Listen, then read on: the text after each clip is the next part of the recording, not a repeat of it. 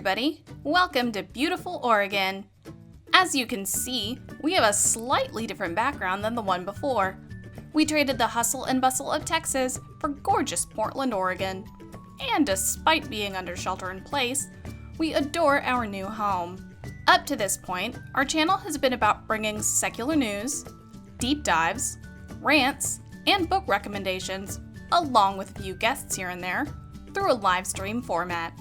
While that format works for us, and we have great interactions with all our amazing followers, it was not all our channel was ever going to be. If you like those, don't worry, they aren't going away, but they also won't be all you see.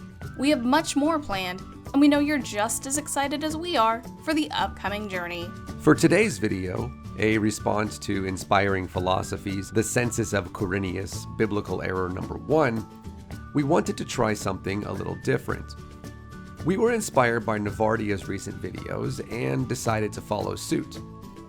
Instead of using the original video or voice, we brought along some friends to read Inspiring Philosophy's lines for him. You can find links to their channels as well as the original video below.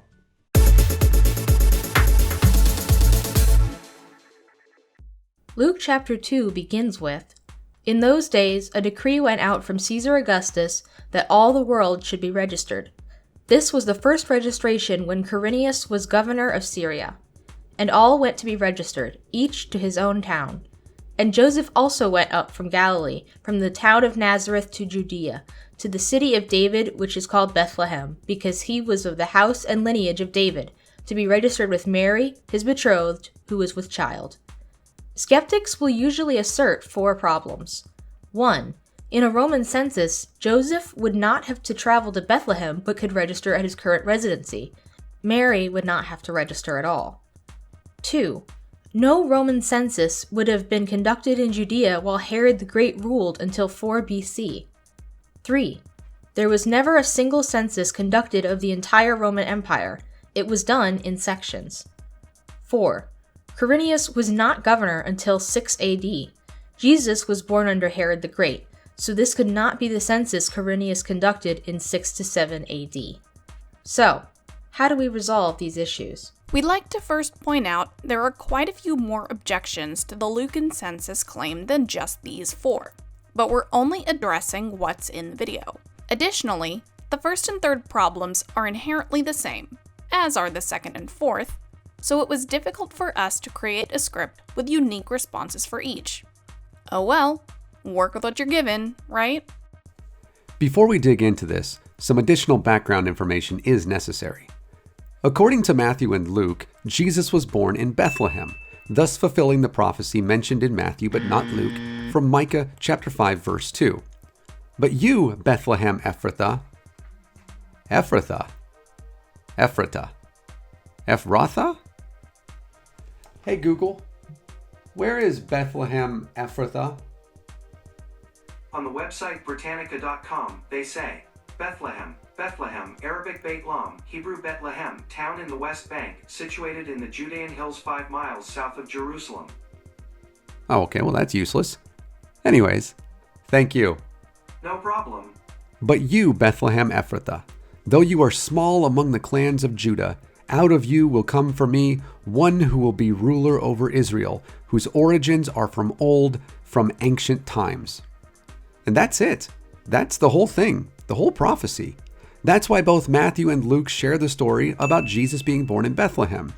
That's at least a bit compelling, especially since it's in the Old Testament and is a prophecy regarding the coming Messiah. Well, it's compelling until one stops reading the micro and zooms out to see the macro, which we will get into later. But alright, IP, how do you think the issues you listed should be resolved? Well, the first issue is incorrect because we do have historical data that people had to travel back to their place of origin for a census. A papyrus which dates to 104 AD states the prefect of Egypt ordered Egyptians to return to their place of origin so that the census could be carried out. Plus, it was more likely Jews would need to return to their place of origin for a census. Since Jewish law stated their property was the property of their fathers, Harold Hoehner says, the Romans would comply with the custom of laying claim to one's family estate in order to assess it for taxation, Every person needed to appear to be questioned so as to make a proper assessment of his property. So it is likely Joseph would need to be in his place of origin for property assessment. It would also be logical that Mary would have gone with Joseph, since rumors appear to have existed of how she became pregnant. And since the marriage had not been consummated yet, it is likely Joseph would have wanted her close by for protection from insults and shaming. He's right. We do have the Egyptian document he mentioned, Papyrus London 904, also known as the Edict of Vibius on a census. That's really all he's right about. The document, written in Alexandria in 104 CE, contains 2 columns of text, with lines 18 to 38 providing the information IP is speaking about. Usually apologists present the edict with this text. Gaius Vibius Maximus, the prefect of Egypt, declares, "The census by household having begun, it is essential that all those who are away from their nomes be summoned to return to their own hearths, so that they may perform the customary business of registration and apply themselves to the cultivation which concerns them." That's usually all the text we see or hear about, but that in itself is an issue, because it completely ignores the other half of the writing. Hey, I have a question. Yes? Romans had gnomes? Yes, they did. So they were nomans? Not a gnome, Nathaniel. Nomes were administrative districts in Roman Egypt, like states today. Egypt was the province, with Alexandria as the capital and the home of the Roman prefect, in this case Vibius Maximus. Across the province were 42 nomes, each with its own official, or nomarch, who was the major official in the area. Okay. A nomarch? Like a gnome arc? Yes, complete with a double rainbow and everything. That's so awesome. Anyway, in Egypt, the governor held the position of prefect. Prefects in every other Roman province held a position which reported directly to a higher Roman official. More on that later. But the officer in Egypt, which was unique because it was neither a senatorial nor imperial province, answered to no one. His title, Prefectus Augustalis, or more specifically, Prefectus Egypti. His position allowed him the freedom to act as the emperor, not over administrative sections, but rather the entire province. Basically, everybody in Egypt answered to him. The declaration begins with the past tense phrase, "the census by household having begun," and includes, "may perform the customary business of registration." This shows us 2 things. 1, this was issued after the census started. 2, this was a regular Roman census the Egyptians were accustomed to, which is a point we'll also get to later. But hey, there's a census, and it explicitly states people have to go back to where they live. Maybe the whole Joseph taking Mary to Bethlehem thing is true. Well, this is where we need the rest of the edict. Knowing, however, that some of the people from the countryside are required by our city, I desire all those who think they have a satisfactory reason for remaining here to register themselves before Festus, the cavalry commander, whom I have appointed for this purpose, from whom those who have shown their presence to be necessary shall receive signed permits in accordance with this edict up to the 30th of the present month. This means if anybody was working in Alexandria, but their home address was elsewhere, a common practice in the time before mass public and private transportation, they'd need to go home for a census. That makes sense. Of course, there is the caveat mentioned, if they can produce a satisfactory reason to stay, they would simply register with the cavalry commander. One could wonder if having a wife who is 9 months pregnant and thus unable to travel across the desert would be considered a satisfactory reason for somebody to stay in the town and not need to travel anywhere, let alone the place of their origin, as IP says. But that's not even important, even though we totally expect anybody who ever decides to respond to this video to focus in on that as if it's the heart of our argument instead of the tiny side point pondered. But oh well. Let's instead look at the heart of this. Did Egyptians take part in a Roman census? Yup. Lots of them. The purpose and scope of each census matters, though. And that's what we're really going to dive into. First, how many were there? We don't have a definitive answer, but what we do have, just over 400 census responses from Egyptians, which are dated from 6 CE to 259 CE, with 14 years separating each, is expansive and incredibly telling. The respondents would submit their census information to the magistrates where they lived. In this example, one of the most famous because we have responses from 3 consecutive censuses, Harthotis writes a letter to his local magistrate. This letter includes his responses to the census, or his ἀπογραφή. Here's what's included. First, Harthotis. This is the name of the head of the household. He writes in the first person and is the person who signs his name at the bottom. He provides his approximate age and any distinguishing features. Next, he states his job and that he owns a house or hearth in the town. Third, he mentions others who live in the household, their approximate ages, and any physical identifications like marks on their faces. And finally, his signature is at the bottom with an oath to Caesar. Another example is Papyrus London 324, which is dated 24 March 161 CE. This is a census declaration for a household in Egypt in which a brother provides attestation that he is truly the brother of this other young lady. Attached to this papyrus are 2 previous census responses which verify their claims. Now, a reminder, these are the original documents, over 400 of them, from the 1st to the 3rd centuries. Somebody get the folks who say the Bible has multiple attestation on the phone, because we've got a couple of questions about their source material. Oh, but I digress. Hey, Susan, what additional information can we find out about those censuses? In these 400 plus census responses, we have, with no deviation, the exact same information: who resides in their home.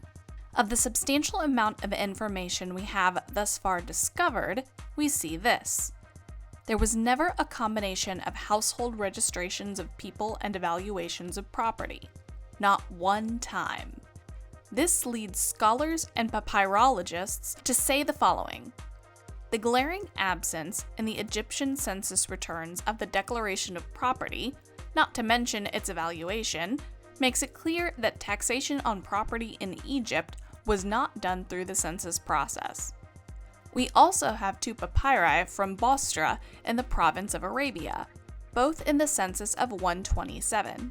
Each response mentions a value of land, but outside of the mention of the head of a household as the owner and caretaker of the property, there is no mention of any information which would parallel the information presented in household registration censuses.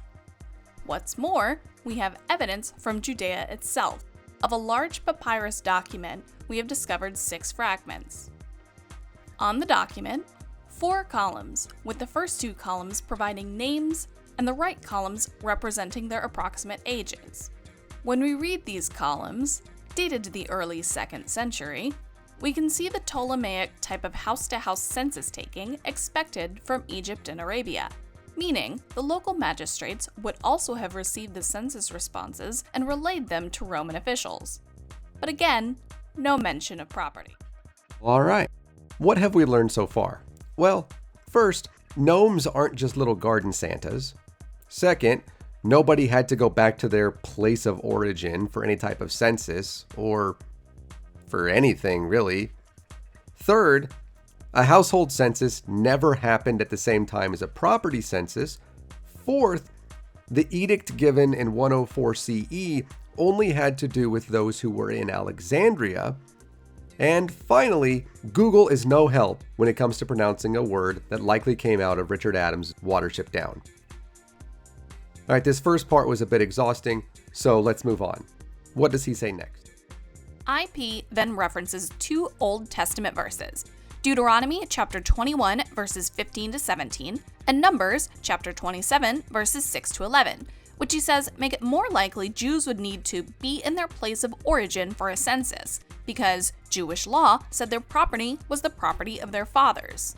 Here at Divine Disbelief, we are fans of providing attestation and fact-checking all claims made. After all, how can we claim to be skeptics if we don't? This is also a reminder to fact-check everything we've said and look into every source. With that in mind, we opened our Bibles and checked the verses.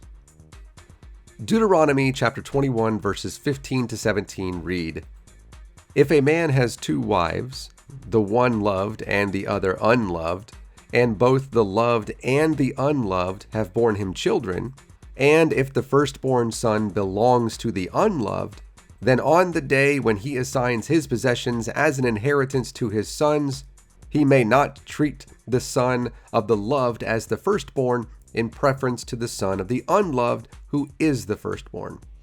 But he shall acknowledge the firstborn, the son of the unloved, by giving him a double portion of all that he has, for he is the first fruits of his strength.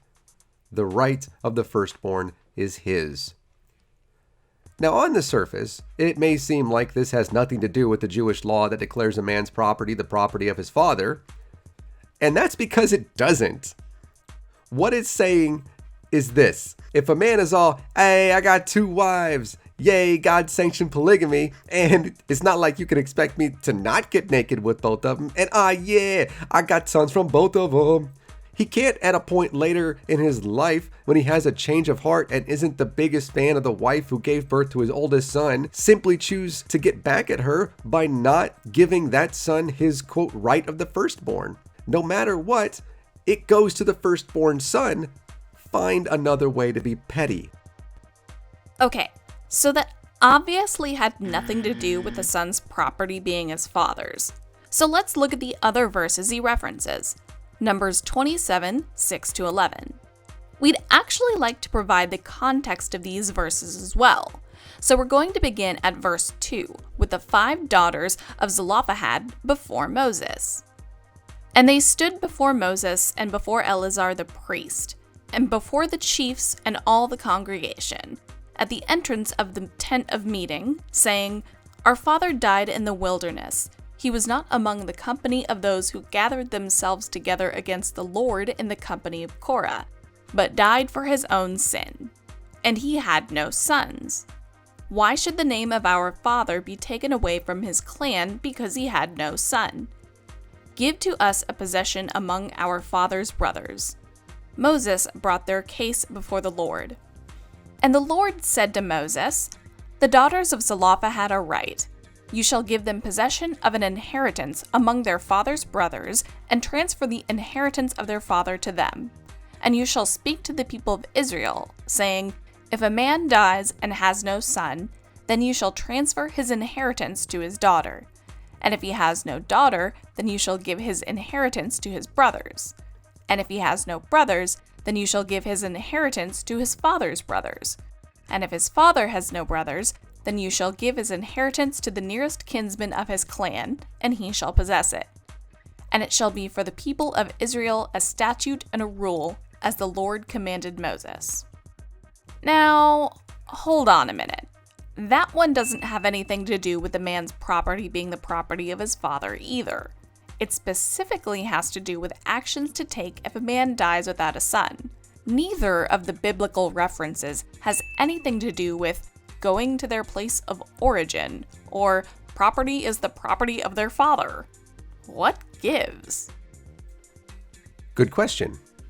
Since the Bible verses don't have anything to do with a census or place of origin, we can dismiss them and move on to Harold Hoehner's 1973 Chronological Aspects of the Life of Christ, and the claim that the Romans, quote, would comply with Jewish customs of laying claim to one's family estate in order to assess it for taxation, and that every person would need to appear to be questioned.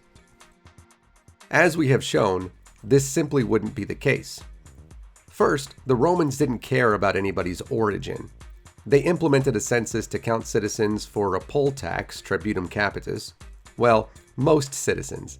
In Syria, and specifically Idumea, they really only cared about Jewish men between 14 and 62 years old, and women from age 12, the age they could be married off, because they would be the ones who would actually pay the taxes. Additionally, while Jews were exempt from serving in the Roman military, Roman citizens who lived in these provinces were exempt from any poll taxes, ius italicum, until the reign of Diocletian. The reasoning for their exemption would take another entire video, but if you're interested, feel free to read the books listed on the bottom of the screen and in the description. Second, why would it matter to the Romans who owned any property thousands of years prior? Simply put, it wouldn't. It just wouldn't. While trying to write a rebuttal to this line of argumentation, we literally struggled to think of anything to say because it's just so far-fetched and has no line of logical reasoning. Even so, here we go. Number 1. The Romans did have a direct taxation of land, tributum soli, but this has only to do, as the name implies, with land which was cultivated, or more directly, and as we can see in the Egyptian edict, that which they could use for farming. This taxation was levied at an average of 20 to 50% of the annual harvest. This was another Ptolemaic practice which the Romans established in all successive provinces. The taxation was, as one would infer, required every year. The census, not the same as the taxation, was not nearly as frequent. As noted, Romans were exempt from any poll or land taxation. What if they currently owned the land which once belonged to the descendants of David? Would it automatically be returned to Joseph and his family? Would the Romans respect that tradition? How many people are we actually talking about here? How many would go back to their place of origin, which isn't mentioned at all in any text? Why does it only go back to David and not follow Luke's written genealogy back to Adam? But let's just focus on the people who would have had to travel to their own place of origin, yay numbers and mathematics. First, how many sons did David have? Well, the Bible tells us 20. It's likely he had many more because he had more wives, but we'll stick with the number given. Also of note, only one of his daughters is mentioned. I guess David wasn't much of a feminist. How many generations are there from David to Joseph? 41. Now it's obvious not all of David's male sons had children. The Bible tells us several infants died at birth or before they were able to have children. Others were either infertile or simply didn't have children at all. But in this example, let's be ultra conservative and say just 3 of David's sons had a single son of their own who also had a son, etc., 41 generations, Jesus. And yeah, we're not really going to consider all the sons that Solomon really would have had, you stud. For that, I'll just head over to my trusty exponent calculator. All right. And let's see here. Choose, obviously going to choose randomly here. And I think I'm going to choose this one. There we go. So the base is 3, and it's 41 generations. Well, that's a number. Hey, Susan. Yeah? Hey, do you happen to know what 3 to the 41st power is, like in number format? Because there's a lot of commas. Ooh, I don't know. Let me ask Google. Hey Google, what is 3 to the 41st power? The answer is 3.6473 times 10 to the power of 19. Thank you. My pleasure. And Google is useless. It didn't know how to say Ephrata. I still don't know how. And it gave me more exponents when I just wanted to know how many commas do you need for numbers? And what number is this? So if you happen to know what this number is, please feel free to let us know in the comments. Now, obviously, that isn't how many of David's descendants were alive when Jesus would have been born, especially since we passed 1 billion just in 1804. But it shows pretty much every Jew in first century Palestine and all those living elsewhere in the Roman Empire would have been of the, quote, line of David. Tacitus tells us Jerusalem had a population of about 600,000 at the time of the Jewish War, and Josephus, who Tacitus used as a source, said about 1 million Jews living in the city had died as a direct result of the conflict. As we will see, these numbers are incredibly exaggerated. At the turn of the century, midway through Archelaus's reign, the population of Jerusalem was estimated around 40,000 citizens, about 60% of them free. Read, not slaves. They were spread out over about 230 acres. The second wall had been built, so we can even be liberal with our population estimates and say 50,000 people lived in Jerusalem around 6 CE. If there was a census, which would have required all descendants of David to go to Jerusalem, and actually not even Jerusalem, but the tiny village of Bethlehem, where would they have stayed? Obviously, there wouldn't have been room in the inn, but what would they have eaten? The complete chaos which would ensue as tens of millions of people made the trek to the quote, place of their origin, which again is not mentioned in any historical documentation, would not have gone overlooked by those alive at the time, whether Jewish or secular historians, and yet there is no mention of it in any text, period. But hey, let's play along. Let's say Joseph did own land in Bethlehem while living in Nazareth. According to Potter, any Egyptian who owned property in more than one nome, gnomes. For practical purposes, the nome of one's registration was simply the one in which had been registered for the last census. If a person wished to change official domicile, that person had to apply to the authorities to do so and file a census return in other places where he or she owned property. The act of registration took place before the local scribe, who used a standard form to record the declaration. So again, even if he did own the land, it wouldn't matter. He wouldn't have to travel to Bethlehem. The claim of movement into a different part of a province to, quote, a place of origin for a poll tax, registration, census, for literally any reason remotely close to that which is mentioned in Luke is simply not historical and is easily dismissed. The last part of his refutation of this first claim has to do with Joseph taking Mary with him to Bethlehem, but we've chosen not to focus on his pregnant 16-year-old property. To sum up this first part, 1. The Egyptian papyrus doesn't provide any verification for his claim of an order of Egyptians to return to their place of origin. 2.